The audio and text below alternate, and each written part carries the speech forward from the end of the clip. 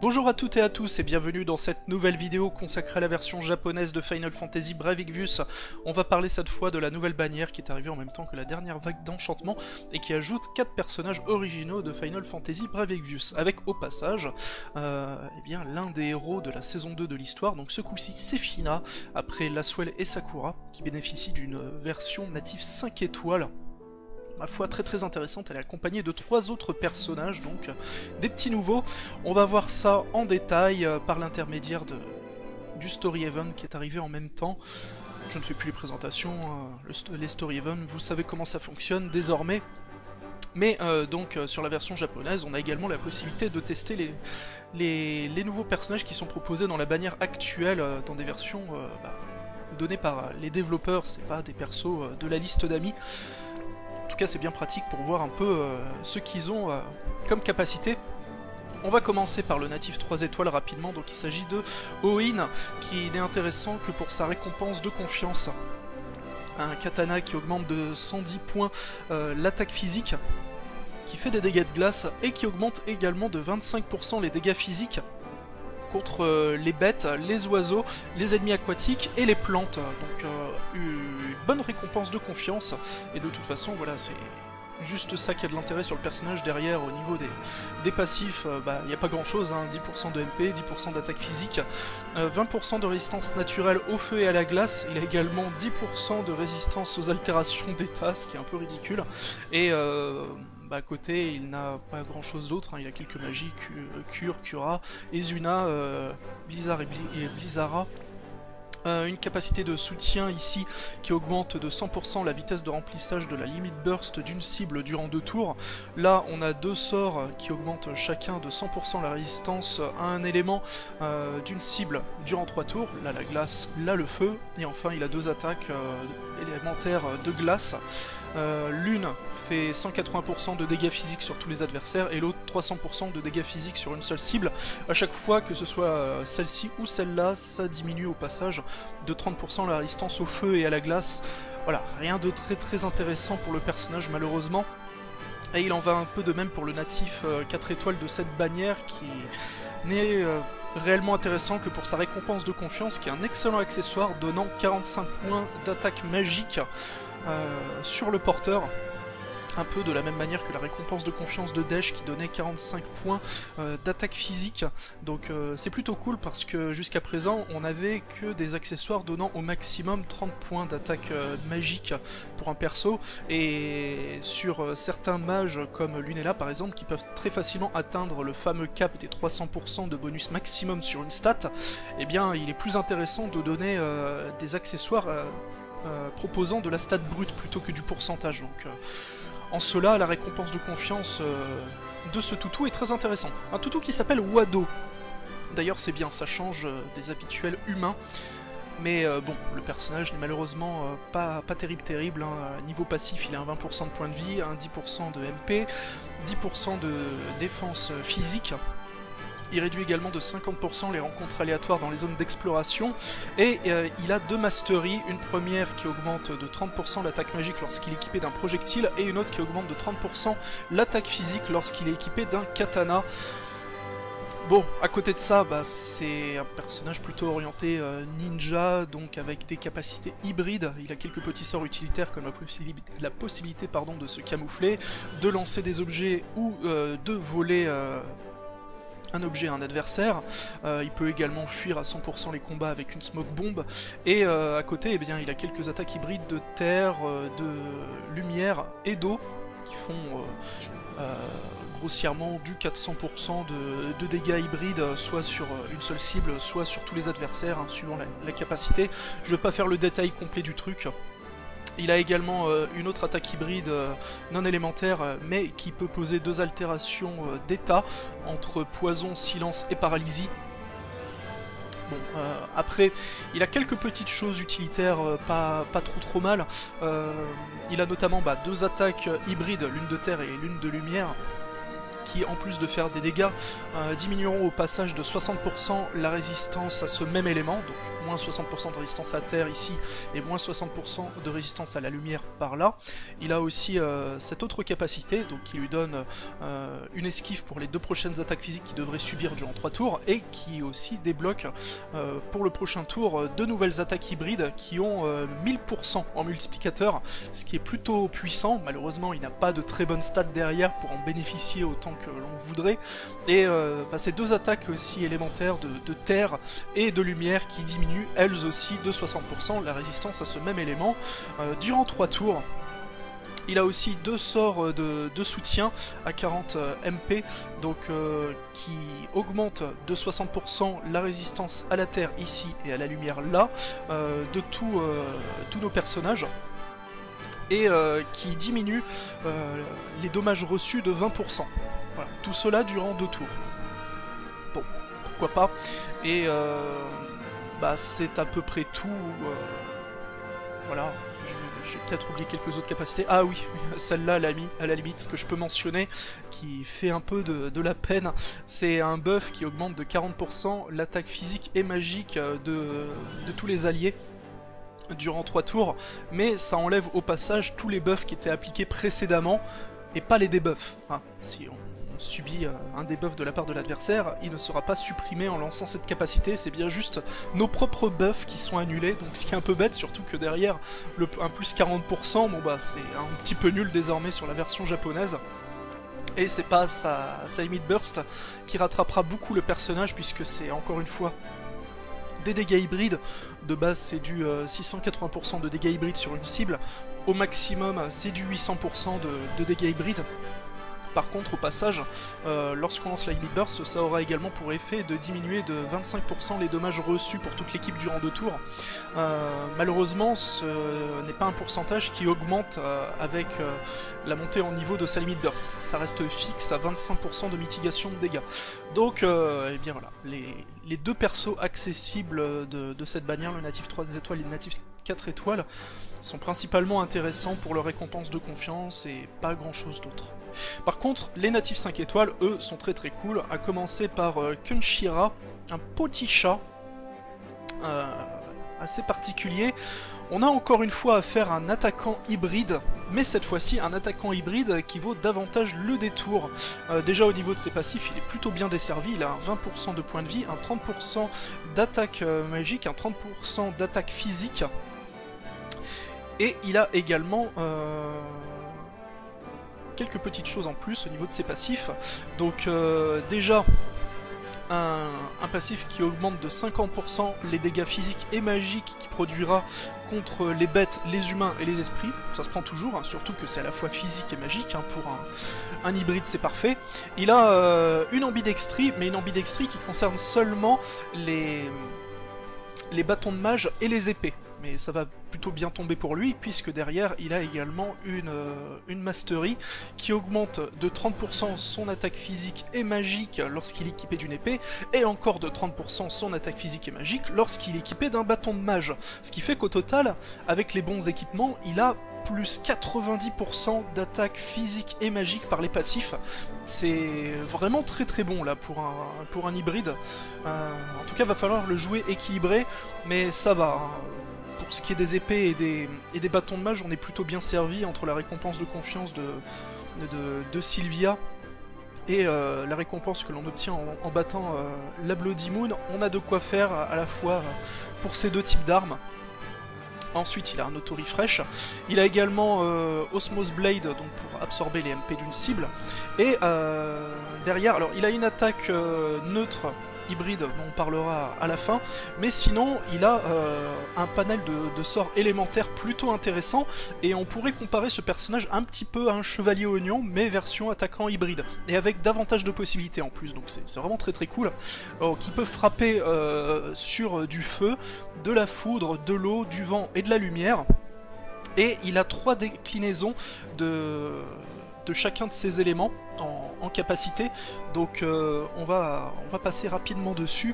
On va commencer par les versions à 45 MP, donc celles-ci, qui à chaque fois font du 550% de dégâts hybrides sur un seul adversaire, et augmentent de 50% la résistance à un élément pour tout notre groupe. Donc on le voit un petit peu le côté chevalier oignon là dans ce type de capacité.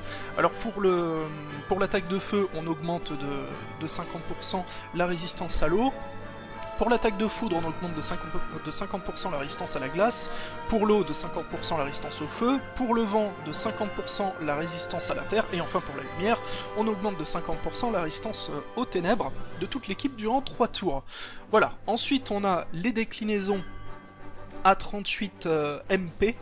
Donc ces versions-là, c'est les attaques les plus puissantes. Ça fait du 800% de dégâts hybrides sur tous les adversaires, mais sur un solide par contre. Ça n'a pas d'autres particularités en dehors des dégâts. Donc on a ces versions-là pour le feu, la foudre, l'eau et la lumière, l'eau et le vent, pardon. Par contre, la lumière est un peu moins servie dans ce domaine, puisqu'on n'a qu'une Holy Blade qui fait combien déjà? Du 460% de dégâts hybrides sur une seule cible. On n'a pas de version à 800% sur tous les adversaires. Je sais pas trop pourquoi, tant pis. Et enfin, on possède une dernière déclinaison de ces attaques élémentaires à 40 MP, cette fois pour les 5 versions différentes, et qui font là aussi, comme la première, du 550% de dégâts hybrides, mais cette fois en faisant 10 hits sur un adversaire, et en diminuant de 50% la résistance au même élément. Donc là, par exemple, l'attaque de feu fait 550% de dégâts hybrides de feu sur 10 hits, et réduit de 50% la résistance au feu, durant 4 tours par contre. Donc 4 tours, c'est plutôt pas mal. Donc on a finalement, pour un attaquant hybride un peu basé sur le modèle du Chevalier Oignon, quelque chose de même meilleur, puisque le Chevalier Oignon, son principal défaut, c'est qu'il ne pouvait pas diminuer la résistance face aux éléments de ses différentes capacités élémentaires. Enfin, pour profiter davantage de ces différentes capacités élémentaires, alors que ce personnage-là, lui, le peut. Et en plus de ça, donc, il a une attaque neutre qui fait du 700% de dégâts hybrides sur une seule cible, et sur un seul hit, mais qui, au passage, lorsqu'on la lance, déverrouille durant les 2 prochains tours une nouvelle attaque coûtant 68 MP, et faisant 1100% de dégâts hybrides sur une cible, et toujours sur un seul hit. Donc, le personnage peut à la fois faire du multi-hit, débuffer pas mal de résistances élémentaires, augmenter les résistances élémentaires de tout le groupe, et peut avoir également le rôle d'un gros finisher avec ses 800% élémentaires ou son 1100% neutre.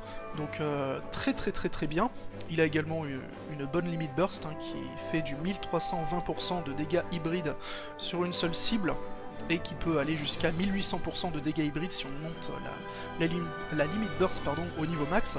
Et cette limit burst déverrouillera également l'accès à sa plus grosse attaque durant 2 tours, donc le 1100% de dégâts hybrides. Et enfin, le personnage dispose également d'une très bonne récompense de confiance, idéale en plus à équiper sur lui, puisque c'est une matéria qui augmente de 40% l'attaque physique lorsqu'on est équipé d'une épée, et de 40% l'attaque magique lorsqu'on est équipé d'un bâton de mage. Donc très bien dans des tas de situations, que ce soit pour lui ou sur d'autres personnages, suivant ce dont on dispose. Donc c'est un attaquant hybride, certes. C'est pas forcément ce que l'on aime le plus dans Brave Exvius, mais avec ses multiplicateurs, ses passifs et toutes ses capacités, eh bien le personnage, moi je le trouve vraiment très cool. Ceci étant, il y a quand même un autre personnage qui lui fait de l'ombre, si on tombe sur un cristal arc-en-ciel durant cette bannière, c'est plutôt l'autre perso que l'on voudrait avoir, on va pas se voiler la face, parce que FINA saison 2, donc qui dispose, comme d'habitude aussi, c'était le cas pour Laswell et Sakura, d'une bannière spéciale qui permet de la tester un petit peu à part. Eh bien, FINA saison 2, c'est la nouvelle soigneuse God tier du jeu, ni plus ni moins, elle est plus puissante que Ayaka. En fait, c'est, pour schématiser, c'est Ayaka, mais avec encore plus d'outils. Donc forcément, c'est un peu mieux. Après, il y a peut-être des gens qui préféreront quand même Ayaka, mais voilà, on va faire le détail de ce que possède FINA saison 2, vous allez voir, c'est quand même assez impressionnant.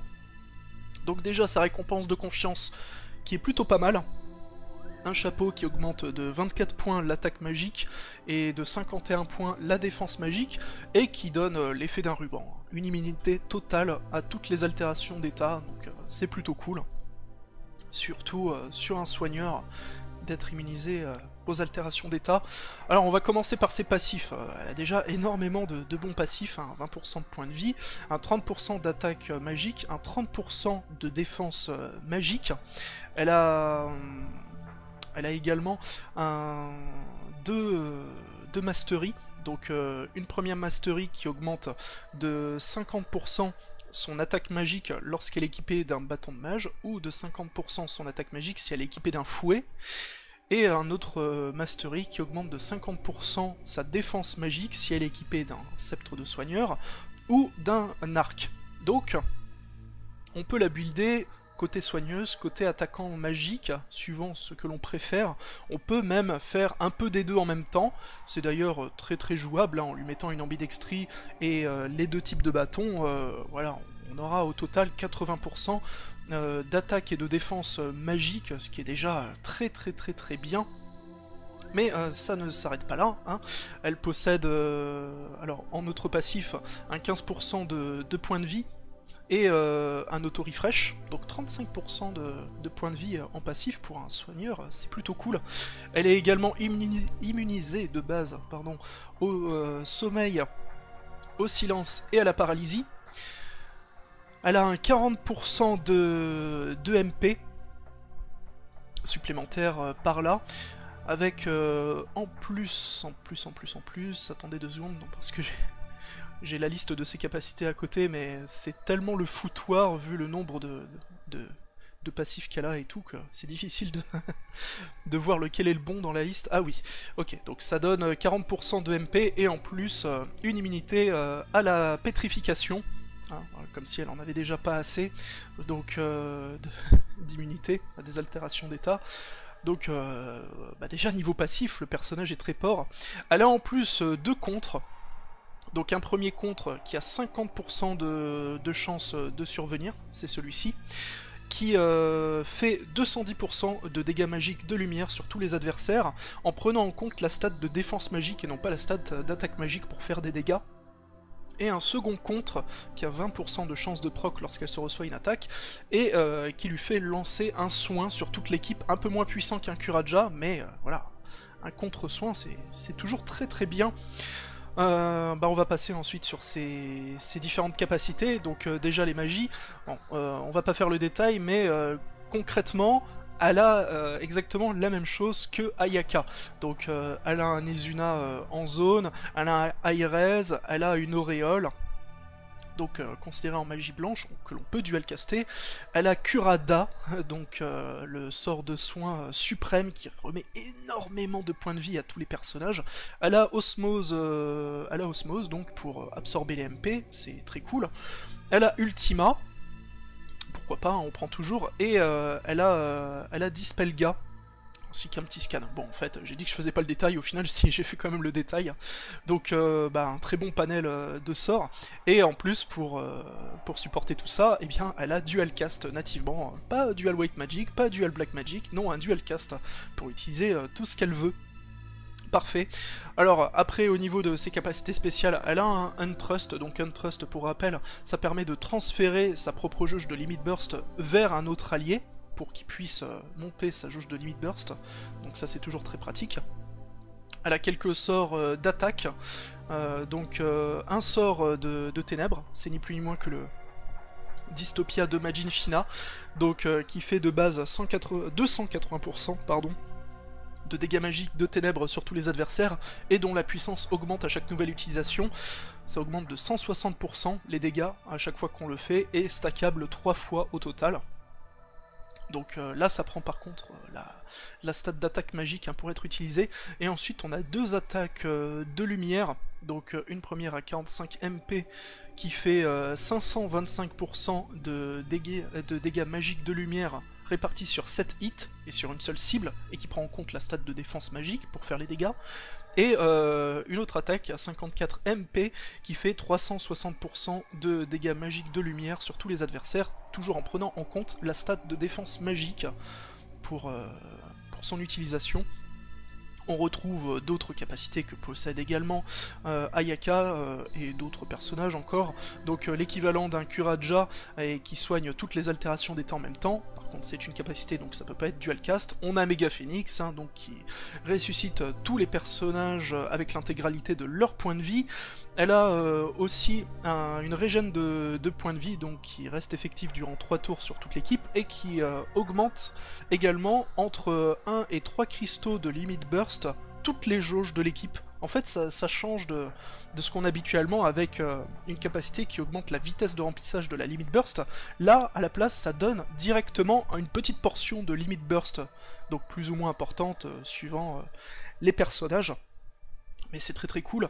Elle a aussi ce sort là, donc un sort qui augmente de 80% tout de même l'attaque et la défense physique de tous les personnages durant 3 tours, et augmente également de 45% l'intégralité des résistances élémentaires. Donc très très très très bien. Elle a une régène de mana qui ne fonctionne sur tout le monde sauf sur elle. En fait, au moment où elle lance ce sort, ça régénère automatiquement 50 MP à tout le monde. Et en plus, ça met une régène de MP durant 3 tours. Donc encore plus puissant que les régènes de MP précédentes que l'on pouvait avoir sur d'autres personnages. C'est très très violent. Et puis je crois avoir fait à peu près le tour. Donc au final, comparé à Ayaka, la seule chose que ne possède pas Fina saison 2, c'est une immunité à stop et la possibilité justement de soigner l'altération d'état stop. Donc en soigneuse pure, on peut peut-être donner un léger avantage à Ayaka, mais à côté de ça, tous les outils que Fina saison 2 possède la rendent encore plus intéressante. Alors ça pourra peut-être poser problème à certains, le contre, qui a 50% de chance de proc et qui fait donc des dégâts de lumière, parce que suivant les combats, peut-être qu'on n'a pas envie de passer un certain palier de dégâts sur un boss pour pas déclencher une attaque précise tout de suite. Là on peut malheureusement pas trop maîtriser ce que va faire Fina. Mais bon, voilà, elle a aussi le contre qui permet de soigner, ça par contre c'est excellent, puisque avec un peu de chance, elle peut soigner suffisamment pour qu'on n'ait même pas besoin de lancer nous-mêmes de sorts de soins durant le tour suivant. Donc ça lui laisse toute la latitude pour faire d'autres types de capacités. Donc, ah oui, aussi par rapport à Ayaka, elle n'a pas de capacité pour diminuer les chances d'être prise pour cible. Mais là, pour un perso comme ça, c'est plutôt logique, puisqu'elle n'a pas... Enfin, elle n'a pas d'intérêt à esquiver les attaques, puisqu'elle a des contres. D'ailleurs, tiens, j'ai oublié de parler de ce contre-là. Ouais, il était passé sous mon radar. Il a 30% de chance de survenir, ce contre, et ça a 5% de chance d'infliger charme à une cible. Donc lui, il est super oubliable. Et il y a une dernière chose dont il faut parler avec Fina, c'est que tout comme la Swell, qui pouvait porter les équipements spéciaux de la Swell saison 1 que l'on récupérait dans un vortex spécial, il en va de même pour Fina saison 2, qui peut bénéficier des bonus via les équipements spéciaux de Fina que l'on pouvait ramasser. Et donc, si on équipe l'arc spécial de Fina, on gagne à 40% de MP supplémentaires, en plus du 40% de base qu'elle possède, donc 80% de MP en plus. Au niveau de sa stat, c'est abusé. Elle a... Donc si on lui équipe le torse de soigneur, elle gagne... Bon bah, là ça sert pas à grand chose, c'était une immunité au sommeil, au silence et à la paralysie, elle le possède nativement donc on s'en fiche. Par contre, si on lui équipe de l'accessoire spécial de Fina, elle gagne un auto-refresh supplémentaire, donc 5% de MP par tour, ce qui s'additionne à son auto-refresh classique, donc 10% de MP récupéré par tour, vu son pool de MP de base, elle sera jamais à court. Hein. Et pour terminer en beauté, sa Limit Burst, qui elle aussi très très bien, c'est une Limit Burst qui fait des dégâts, donc du 700% de dégâts magiques neutres, sur tous les adversaires, répartis sur 11 hits, et qui prend en compte la stat de défense magique et non pas la stat d'attaque magique pour faire les dégâts, mais qui fait également une auréole de zone pendant 3 tours. Donc c'est génial. Et en plus c'est une auréole un peu améliorée puisque au lieu de, lorsqu'un personnage meurt, il ressuscite avec 80% de CMP comme d'habitude avec les auréoles, là ça le ressuscite avec 100% de ses points de vie. D'ailleurs j'ai dit MP juste avant, pardon. 100% de ses points de vie, donc très très violent. Bien, bah voilà, c'est Fina saison 2 est extrêmement forte. On va aller la tester immédiatement. Alors, petite mise en garde du coup pour les gens qui ne voudraient éventuellement pas se spoiler. On peut considérer ça comme du spoil. La limite burst que l'on va voir de Fina saison 2, parce que comme la Swell et Sakura, eh bien elle a une limite burst en séquence cinématique, donc si vous ne voulez pas la voir, avancez d'une ou deux petites minutes dans la vidéo, histoire de ne pas vous faire spoiler. Sinon, bah, pour ceux qui restent, la voici, où on a Fina et Majin Fina qui se font une sorte de bisou. Voilà, la véritable Fina saison 2 qui attaque, et on peut remarquer à l'arrière de Fina, la silhouette de Majin Fina qui disparaît comme ça. Ah, son esprit restera toujours parmi nous. C'est beau. Mais oui, donc du coup, une limit burst plutôt stylée. Et à côté, on peut toujours tester un petit peu ses autres attaques. Bon, il n'y a pas besoin de beaucoup montrer ce dont est capable Fina de toute façon. Hein. Je pense que le listing de ses capacités était suffisamment évocateur pour permettre de comprendre à quel point le personnage est puissant. Mais voilà, en tout cas, si vous ne disposez pas de Ayaka en tant que soigneuse sur votre compte Jap de FFBE, eh bien, il est totalement justifié de faire des pulls sur cette bannière pour essayer de choper Fina saison 2. En plus, avec de la chance, qui sait, vous aurez peut-être Kunshira, donc le petit Shan, l'autre natif 5 étoiles, qui est lui aussi un attaquant hybride franchement très très cool. D'ailleurs, on va aller voir un peu ce que vaut ses capacités en allant dans l'une des zones du Story Event. Mais voilà, après, pour les autres qui ont déjà Ayaka, est-ce que ça vaut le coup de faire des pulls sur la bannière? Bah, les personnages accessibles ne sont là que pour leur récompense de confiance, donc si vous avez besoin, bah, par exemple, de l'accessoire pour augmenter la stat d'attaque magique d'un de vos personnages, pourquoi pas, mais bon. Ne faites peut-être pas des hard pulls si vous êtes dans cette situation. On va zapper la cutscene. D'ailleurs, petite chose aussi à laquelle je viens de repenser, justement pour ceux qui hésiteraient à faire des pulls sur cette bannière, sachez que normalement entre le 19 juin et le 22 juin sur la version Jap du jeu, on aura le droit à un pull gratuit à 5000 lapis. Donc oui, un pool gratuit en fait à 11, donc on n'utilise pas 5000 lapis, ça nous est offert. Pourquoi ça nous est offert? Eh bien parce que récemment, la version japonaise de FFBE est arrivée en top des ventes sur l'Apple Store, donc pour fêter ça, les développeurs nous ont donné 1000 lapis, et donc nous proposerons ce tirage gratuit. Donc pourquoi pas profiter de ce tirage pour peut-être avoir la chance de choper Fina saison 2, ça peut faire des économies à certains. Bref, alors, on va tester les capacités des nouveaux personnages quand même. Donc notre cher petit toutou, voilà, ça c'est son attaque hybride qui diminue de 60% la résistance au même élément, là c'était la terre.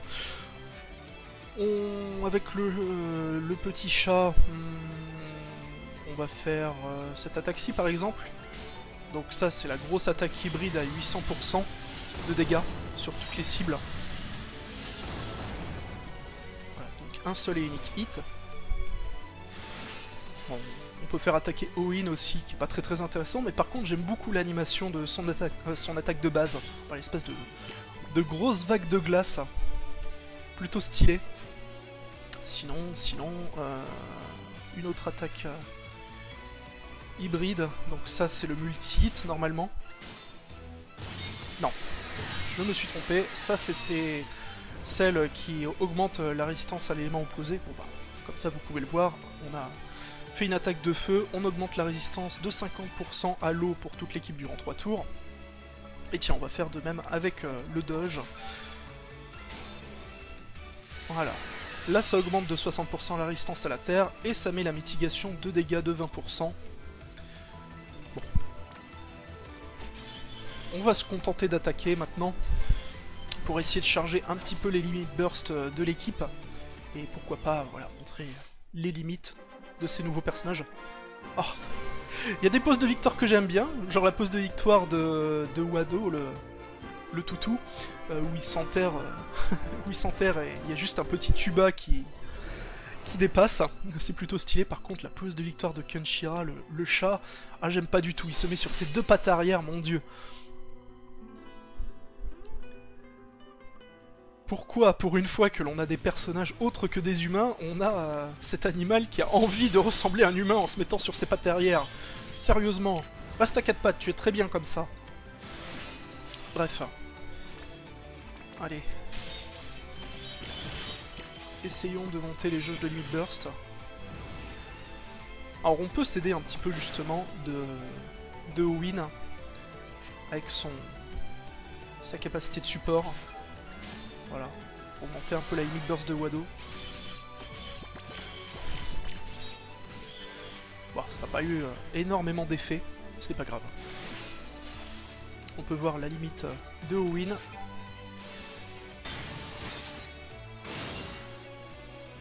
Qui est plutôt stylé là aussi, hein. Mais bon, le personnage est malheureusement inutile en dehors de sa récompense de confiance.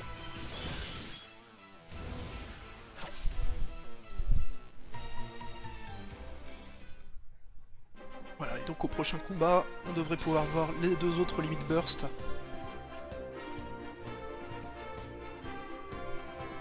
On va faire ça rapidement.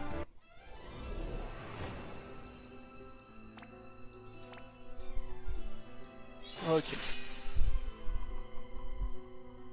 Alors aussi, tiens, pour parler un petit peu d'autre chose, au cas où la question me serait posée dans les commentaires, j'ai suivi les annonces qui ont été faites hier durant l'E3 concernant le premier anniversaire de la version globale de Final Fantasy Brave Exvius. Donc il y a eu de plutôt belles annonces.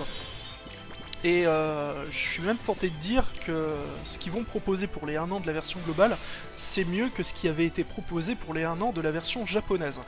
Parce que déjà, il y a certaines améliorations que l'on a eues à peu près au niveau des 1 an sur la version Jap, que la version globale a déjà eu bien avant, donc les 30 points pardon, d'endurance supplémentaire et les stacks de 999 objets.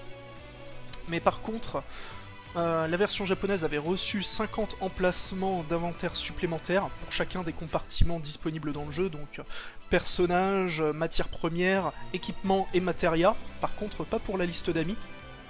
Ça, sur la version globale, vous ne l'avez pas. Mais en contrepartie, pendant 1 mois, vous avez des tirages quotidiens gratuits.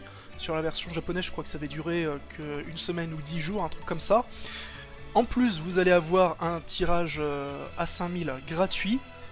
Et je sais pas alors si c'est ce tirage-là ou si ce sera un autre tirage en plus qui vous assurera un natif 5 étoiles, quoi qu'il arrive, lorsque vous ferez le tirage. Ça aussi, c'est quelque chose qui n'a pas existé durant le premier anniversaire de la version japonaise. Donc vraiment très très cool pour vous. Puis voilà, il y a les autres petites choses donc, qui étaient par contre arrivées en même temps sur la version japonaise. Le poteau d'entraînement, les nouvelles bannières dans le vortex... etc. L'endurance divisée par 2 durant toute la campagne des 1 an, ça voilà. Pour ce truc, les deux versions sont identiques, et puis bien entendu le temps de craft qui est purement et simplement supprimé. D'ailleurs, si vous n'aviez pas suivi ça à l'époque, ne vous inquiétez pas pour ceux qui ont acheté des slots de craft supplémentaires, tous les slots que vous aviez achetés vous seront remboursés au moment où la mise à jour sera appliquée, donc voilà, quand vous recevrez des lapis dans votre boîte mail et que vous ne savez pas trop pourquoi, eh ben, c'est ça en fait, c'est votre remboursement des slots d'inventaire. Des slots de craft, pardon. Voilà. Il reste la Limit Burst de Kenshira, qui est pas très très impressionnante, mais qui a donc pour effet de débloquer sa plus grosse attaque hybride aussi. Voilà. Parmi les autres annonces qui ont été un peu plus notables, il y a apparemment les zones d'exploration de Chocobo qui vont arriver en même temps sur la version globale. Alors ça aura peut-être pas la même forme, ou tout du moins ça ça ne proposera pas le même type de récompense, parce que sur la version japonaise, c'est censé nous permettre d'augmenter un petit peu les récompenses de confiance des personnages, et aussi de choper des objets qui permettront d'avoir accès au combat contre les versions 3 étoiles des espers. Donc là, sur la version globale, je pense pas que vous aurez tout de suite les espers 3 étoiles, donc peut-être d'autres récompenses, des objets, des matériaux d'éveil, des potions, etc. Je n'en sais rien, mais la date de sortie des explorations de Chocobo sur la version japonaise n'a pas encore été fixée. Sur la version globale, ils ont prévu ça pour le 22 juin, donc est-ce que ça va coïncider sur les deux versions? Le 22 juin aussi sur la japonaise pour les explorations de Chocobo. On verra bien. Dans tous les cas, eh bien, c'est ici que je vous laisse. J'espère que vous avez apprécié la vidéo. Je vous le rappelle, donc, pour cette bannière, si vous ne disposez pas d'Ayaka, ça vaut carrément le coup de faire des tirages dessus. Dans le cas contraire, réfléchissez peut-être un peu si vous avez besoin d'un attaquant hybride ou des différentes récompenses de confiance qui sont proposées par les autres personnages, mais n'investissez peut-être pas trop. En plus, voilà, du 19 au 22 juin, on aura un pool à 11 gratuit, donc profitez-en à ce moment-là. D'ici là, eh bien, je vous fais des bisous moustachus, et je vous souhaite bon jeu sur la version japonaise de Final Fantasy Bravecvus.